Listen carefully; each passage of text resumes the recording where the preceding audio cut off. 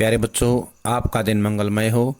अगर आप नए हैं तो इस चैनल को सब्सक्राइब कर लें। चैनल का नाम है VVBBC चैनल। आज हम शुरू करेंगे अगली कविता की व्याख्या और उसके प्रश्न जो एग्जाम में आते हैं। कविता का नाम है दिन जल्दी जल्दी ढलता है। दिन जल्दी जल्दी ढलता है। हो जाए न पथ में रात कहीं, मंजिल भी तो है दूर नहीं। यह सोच थका दिन का पंथी, भी जल्दी जल्दी चलता है। दिन जल्दी जल्दी ढलता है। पथ होता है रास्ता, मंजिल होता है लक्ष्य, थका होता है थकान जिसे चढ़ गई है, पंथी होता है यात्री। कवि कहता है कि यात्री बार बार सोचता है, यात्री बार बार सोचता है कि कहीं उसे रास्ते में रात न हो जाए, रास्ते में रात न हो जाए। मंजिल अब उसकी उससे ज्यादा दूर नहीं है, मंजिल अब उससे दूर नहीं है। कहने का आशय यह है कि मंजिल उसकी पास में है, वह अपने प्रिय को प्राप्त करने ही वाला है। बार बार अपने प्रिय के बारे में सोचकर वह जल्दी जल्दी कदम बढ़ाता है, जल्दी जल्दी चलना आरंभ कर देता है ताकि वह अपने प्रिय से मिल सके। प्रिय मिलन की बेचैनी या उत्सुकता के कारण जो उसे लगता है कि दिन ढल रहा है, इसलिए वह किसी भी समय छिप सकता है। किसी भी वक्त जो है अंधेरा हो सकता है, रात हो सकती है, इसलिए वह जल्दी जल्दी चलना आरंभ कर देता है। कवि जो है तेज तेज चलता है ताकि रात होने से पहले अपनी मंजिल तक पहुंच जाए। अब इससे जुड़े हुए प्रश्न देखें। कवि और कविता का नाम बताइए। तो कवि का नाम है हरिवंश राय बच्चन, कविता का नाम है दिन जल्दी जल्दी ढलता है। थका हुआ पंथी किस कारण जल्दी जल्दी चलता है? तो बताना है थका हुआ यात्री अपने लक्ष्य को पास देखकर जल्दी से प्राप्त करना चाहता है, इसलिए वह जल्दी जल्दी चलता है। यानी कि उसका लक्ष्य नजदीक है, लक्ष्य जो है लक्ष्य को पा लिया उसने, यानी उसका लक्ष्य अब ज्यादा दूर नहीं है, तो वो जल्दी जल्दी चलना आरंभ कर देता है।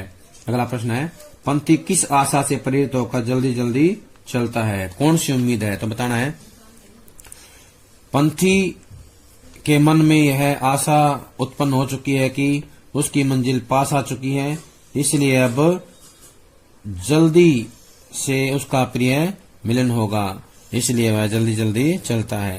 यानी अपने प्रिय से वो जल्दी से मिल जाएगा, इसलिए वह जल्दी जल्दी चलता है। अगला प्रश्न है दिन जल्दी जल्दी ढलता है, कवि को यह कथन बेचैन क्यों करता है? क्यों करता है बेचैन? कवि अपनी मंजिल को पाने के लिए बेचैन है। वह चाहता है कि दिन छिपने से पहले अपने प्रिय को प्राप्त कर ले, लेकिन दिन जल्दी जल्दी अस्त होने जा रहा है, इसलिए वह बेचैन हो उठता है, इसलिए वो जल्दी जल्दी चलना आरंभ कर देता है। इस पद्यांश का मुख्य भाव बताइए। मुख्य भाव क्या है? तो बताना है कवि ने स्पष्ट किया है कि लक्ष्य को पाने वाला व्यक्ति हमेशा व्यग्र होता है। लक्ष्य को पाने वाला व्यक्ति हमेशा व्यग्र होता है, उतावला होता है। उसे लगता है कि समय जल्दी से बीतता जा रहा है, इसलिए वह बड़ी तीव्र गति से अपने काम को पूरा करना चाहता है। इस प्रकार के व्यक्ति का मन बड़ा बेचैन हो उठता है। अगला हमारा काव्यांश है बच्चे प्रत्याशा में होंगे, नीड़ों से झांक रहे होंगे, यह ध्यान परो में चिड़ियों के, बढ़ता कितनी चंचलता है, दिन जल्दी जल्दी ढलता है। प्रत्याशा होता है आशा, उम्मीद। नीड होता है घोंसला, झांकना होता है बाहर देखना, पर होता है पंख, चंचलता होता है तीव्रता, जल्दी जल्दी चलना। कवि कहता है कि जब चिड़िया आकाश में उड़ती हुई अपने घोंसलों में लौटती हैं, तो मन में बार बार ये विचार उठता है कि उनके बच्चे घोंसलों से बाहर निकलकर उनकी प्रतीक्षा कर रहे होंगे, बार बार झांक रहे होंगे। उनके बच्चे जो हैं बेचैन हो गए होंगे। इसलिए वो जो चिड़िया है अपने बच्चों की सोच करके, बच्चों का जब ध्यान आता है तो उन्हें जो है बच्चों की चिंता सताने लगती है।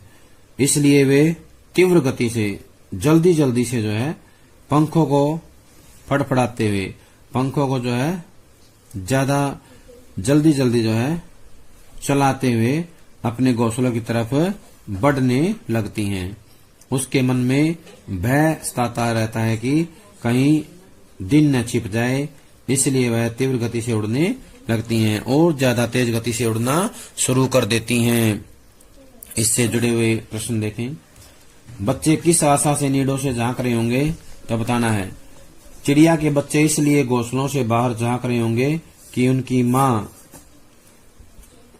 आएगी और उन्हें जो है चुग्गा देगी। बच्चे जो है इसलिए घोंसलों से बाहर झांक रहे हैं क्योंकि वे माँ के आने की प्रतीक्षा कर रहे हैं। उन्हें लगता है कि माँ लौटकर उन्हें चुग्गा देगी, इसलिए वे माँ की ममता के लिए बेचैन हैं, माँ की ममता के लिए व्याकुल रहते हैं। अगला प्रश्न है, चिड़ियों के घोंसलों द्वारा किस दृश्य की कल्पना की गई है तो बताना है। चिड़ियों के घोंसलों द्वारा उस दृश्य की कल्पना की है कि जब चिड़ियों के बच्चे अपने माँ के आने की प्रतीक्षा के कारण घोंसलों से बाहर झांकने लगते हैं।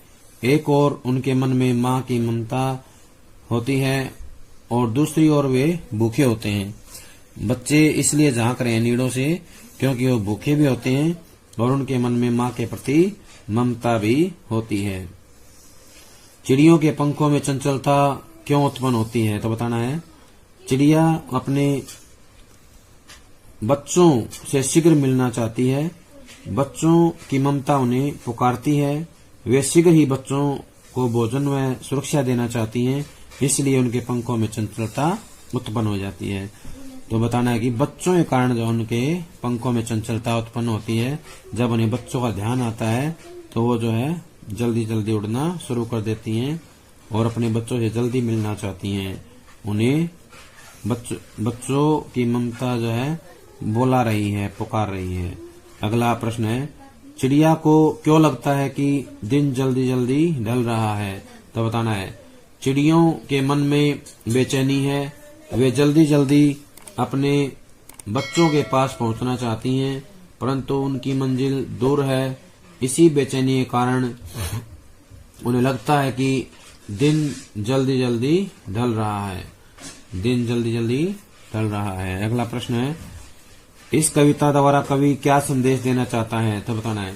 इस कविता के द्वारा कवि ने माँ की ममता का सजीव चित्रण किया है, माँ की ममता का सजीव चित्रण किया है।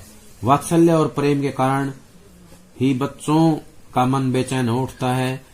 चिड़ियों के माध्यम से कवि मानवीय ममता और वात्सल्य का सजीव वर्णन करता है। यानी कि इस पंक्ति में चिड़ियों के माध्यम से कवि ने मानवीय ममता और वात्सल्य का सजीव वर्णन किया है। अगला काव्यांश है, मुझसे मिलने को कौन विकल, मैं हूँ किसके ही चंचल। यह प्रश्न स्थिरकर्ता पद को भरता और मैं विह्वलता, दिन जल्दी जल्दी ढलता है। विकल होता है व्याकुल, विकल होता है व्याकुल। हित माने होता है के लिए, किसके हित माने के लिए। अगला है चंचल, बेचैन, चंचल होता है बेचैन या क्रियाशील। अगला है स्थिल, स्थिल होता है धीमा, ढीला कर देना या धीमा कर देना। पद होता है पांव। विह्वलता होता है आतुरता का भाव, आतुरता का भाव। इसकी व्याख्या देखो। कवि कहता है कि संसार में कोई ऐसा व्यक्ति नहीं है जो मुझसे मिलने के लिए बेचैन हो, जो मुझसे मिलने के लिए व्याकुल हो, बेचैन हो। इसलिए मेरा मन किसी के लिए भी चंचल नहीं होता है। आशय ये है कि मेरे मन में किसी के प्रति प्रेम की भावना नहीं है। यह स्थिति मेरे कदमों को स्थिर कर देती है, ढीला कर देती है। प्रेम के अभाव के कारण मैं ढीला पड़ जाता हूँ और मेरे हृदय में निराशा और उदासी की भावना उत्पन्न हो जाती है। निराशा और उदासी की भावना उत्पन्न हो जाती है और जिससे मेरे हृदय में व्याकुलता भर जाती है। फिर भी मैं प्रेम की तरंगों में खो जाता हूँ और दिन ढल जाता है। कहने का आशय है कि दिन जल्दी जल्दी ढल जाता है और मैं जो है प्रेम की तरंग में खो जाता हूँ। इस पद्यांश से जुड़े हुए प्रश्न देखें। कवि के मन में यह प्रश्न क्यों उठता है कि उससे मिलने के लिए कोई व्याकुल है।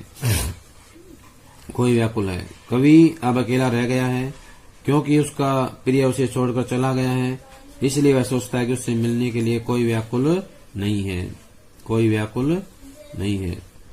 कवि किसके लिए चंचलता को त्याग देता है, तो बताना है। कवि के मन में अब अपने प्रिय को मिलने की बेचैनी नहीं है, इसलिए वह चंचलता को त्याग देता है। प्रिय से मिलने की बेचैनी नहीं है, इसलिए वह चंचलता को त्याग देता है। कवि एक कदम स्थिर क्यों हो जाते हैं, तो बताना है। कवि अब समझ चुका है कि जिसे वह प्रेम करता था अब वह उसे मिलने वाला नहीं है, इसलिए उसके कदम स्थिर हो जाते हैं और वह तटस्थ भाव से चलने लगता है। कवि के मन में कैसी विह्वलता उत्पन्न होती है, तो बताना है। कवि के मन में यह विह्वलता उत्पन्न होती है कि वह इस प्रेममय संसार में अकेला रह गया है। कोई भी व्यक्ति अब उसकी प्रतीक्षा नहीं कर रहा, इसलिए कवि निराश व उदास है। इस पद्यांश का मुख्य भाव क्या है, तो बताना है। कवि ने यह स्वीकार किया है कि उसकी प्रिया उसे छोड़कर चली गई है, अतः वह अब अकेला रह गया है। इसलिए इस पद्यांश में कवि की वियोगजन्य पीड़ा का मार्मिक वर्णन हुआ है। इस पद्यांश में कवि की वियोगजन्य पीड़ा का मार्मिक वर्णन हुआ है। प्यारे बच्चों, ये थी हमारी कविता दिन जल्दी जल्दी ढलता है। सभी इसको अच्छे से याद कर लें। जब तक अगली कविता आती है, सभी का बहुत बहुत धन्यवाद।